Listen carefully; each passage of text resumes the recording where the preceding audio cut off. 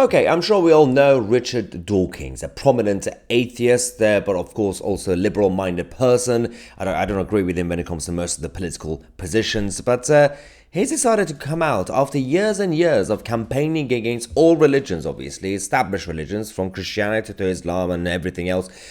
He's now seeing, just like many other liberals, finally waking up to the threat of Islamism in the West, so he's now come out to call himself a cultural Christian.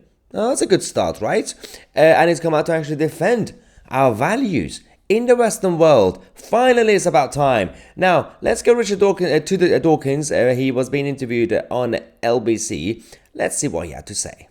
Well, I must say I was slightly horrified to hear that Ramadan is being promoted instead. I do think that we are culturally a Christian country. I call myself a cultural Christian. I'm not a believer, but there's a distinction between being a believing Christian and being a cultural Christian. And so, I love hymns and Christmas carols, and I sort of feel at home in the Christian ethos. I feel that we are a Christian country in that sense.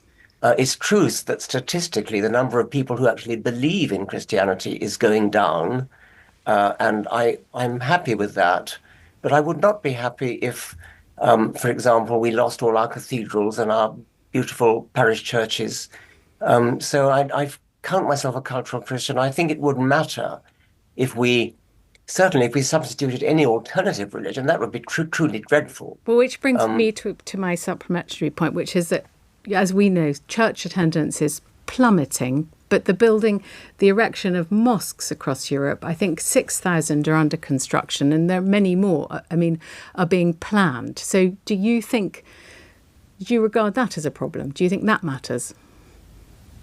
Yes, I do, really. I mean, I don't, I have to choose my words carefully. I mean, if I had to choose between Christianity and Islam, I choose Christianity every single time.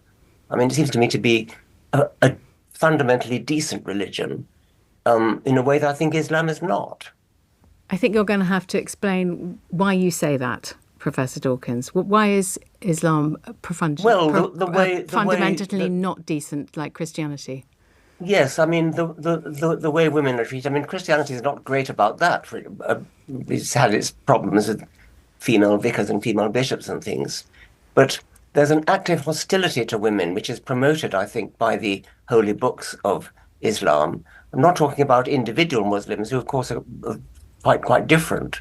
But the doctrines of Islam, the Hadith and the Quran, is fundamentally hostile to women, hostile to gays, and I find that I like to live in a culturally Christian country, although I do not believe a single word of the Christian faith. So that's interesting. Now, there will be a lot of Christians watching this and saying, it's still not good enough. He's still an atheist. He's still not really Christian. But the whole point is, in a secular society right now, that even Dawkins admitted that attendance at church is going down and the basic Christian values, it's important to have even seculars, whether they're atheists or agnostics, they still come out to defend at least their values and cultural Christianity. It's important. This is our conservative values. So it's good to have them on our side, despite the fact that I disagree with Dawkins on everything else in terms of his political views and liberal leanings and everything else. We can always find a common ground or something to have in common to actually fight against the actual problems.